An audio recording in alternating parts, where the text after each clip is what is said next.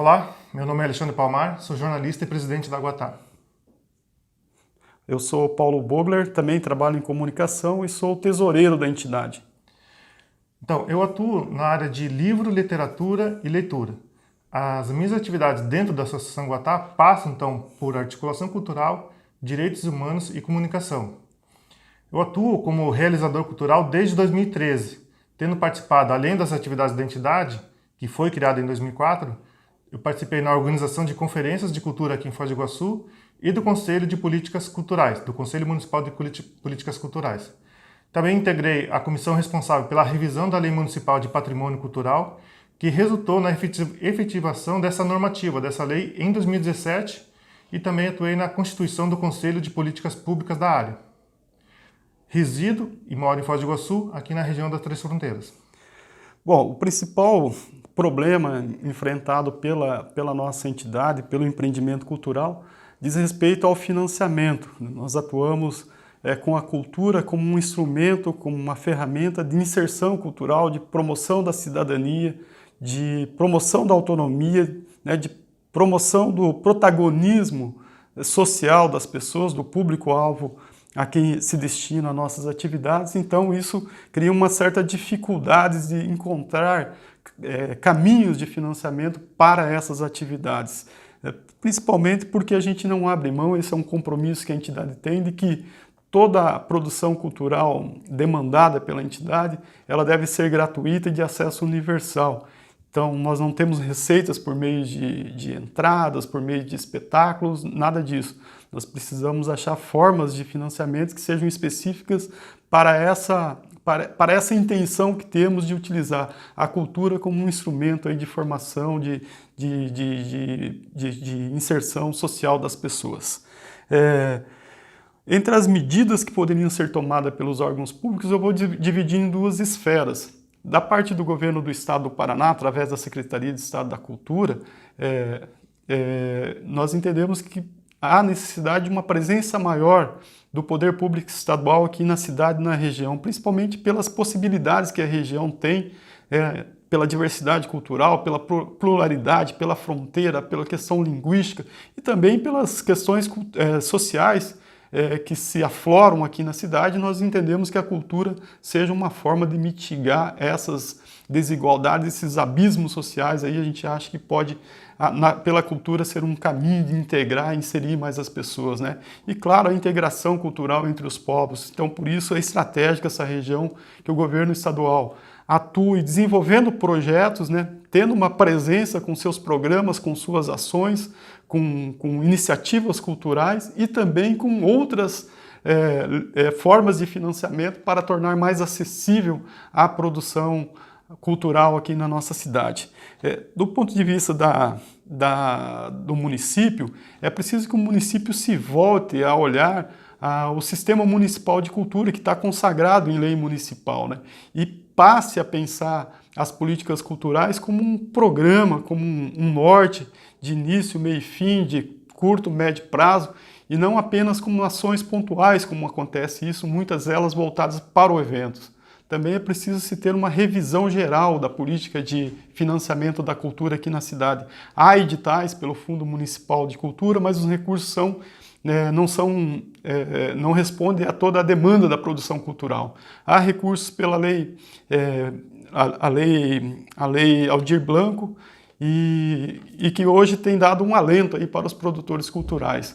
Especificamente sobre os editais, é preciso se rever principalmente as regras que colocam no mesmo patamar de competição uma associação, um coletivo cultural com um microempreendedor. Muitas vezes esse microempreendedor absorvendo 2, 3 ou mais projetos dentro de um edital que seleciona 10 propostas culturais. Então há uma disparidade tanto de competição, né, porque são interesses diversos entre uma associação, um coletivo e um microempreendedor ou uma empresa mesmo de realização cultural, e isso precisa ser melhor visto e precisa se pensar também em não se concentrar tanto os editais nas mãos de poucos CNPJs, como acontece hoje aqui em Foz do Iguaçu.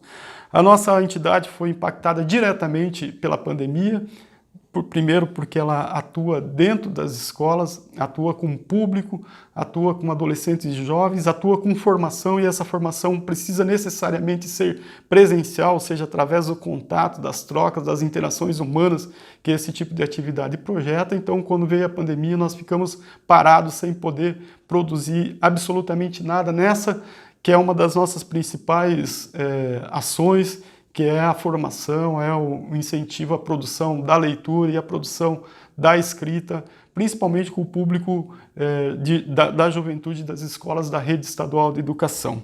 Os 3 projetos que a Associação Guatá pode destacar, um deles é esse que eu acabo de mencionar, que é o programa Tirando de Letra, que é um guarda-chuva de ações para incentivar a leitura e a escrita. Então, um dos principais projetos nossos é esse, e que ele atua oferecendo oficinas, formação de um modo bem transdisciplinar, ou seja, agregando um repertório grande de pensar, de fazer, de agir, de ser protagonista, para que tudo isso se canalize para a prática da leitura, o hábito da leitura, o gosto da leitura e, por consequentemente, a produção escrita, né? Então, esse projeto, em 2018, nós realizamos junto com a Itaipu Binacional em 4 escolas de bairros populares aqui de Foz do Iguaçu, e a ideia era trabalhar um período de 4 meses, foi o que nós fizemos, com oficinas de formação, com atividades culturais dentro da escola, como projeção de filmes, apresentação de música, peças de teatro, debates, leituras coletivas, e ao final a gente apresentou para cada uma dessas escolas um produto, resultado desse trabalho todo, que era uma publicação para cada uma das escolas, com cerca de 30 ou 40 textos produzidos pelos próprios alunos participantes dessas atividades. O outro projeto é a manutenção de um portal voltado para a veiculação da produção artística e cultural, para informações culturais, que é o www.gatafos.com.br, que é o site mais antigo aqui de Foz do Iguaçu, no espectro cultural, e talvez seja um dos mais antigos também do Paraná, ainda em atividades dentro desse segmento cultural.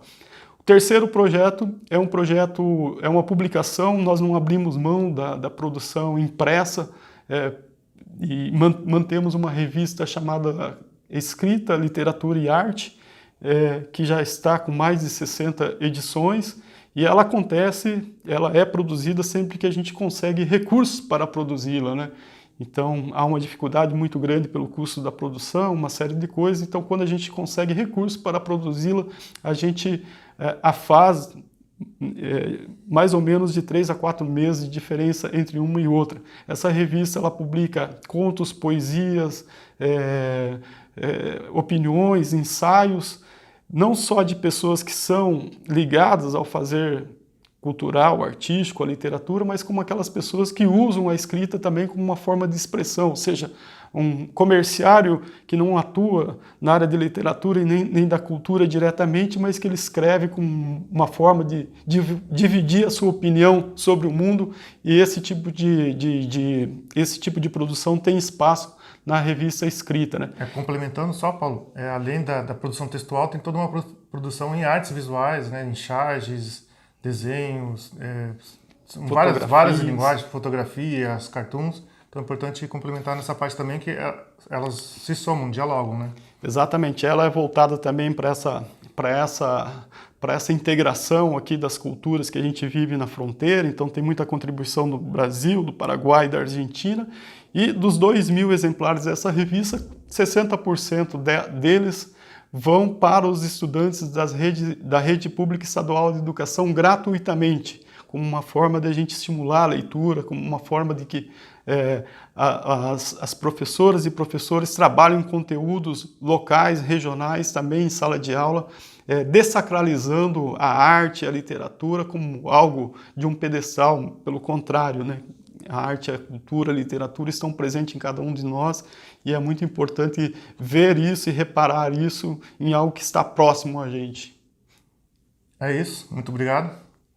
Obrigado. Qualquer informação, segue em complemento tanto no site, mas quanto no material que acompanha aqui esse vídeo.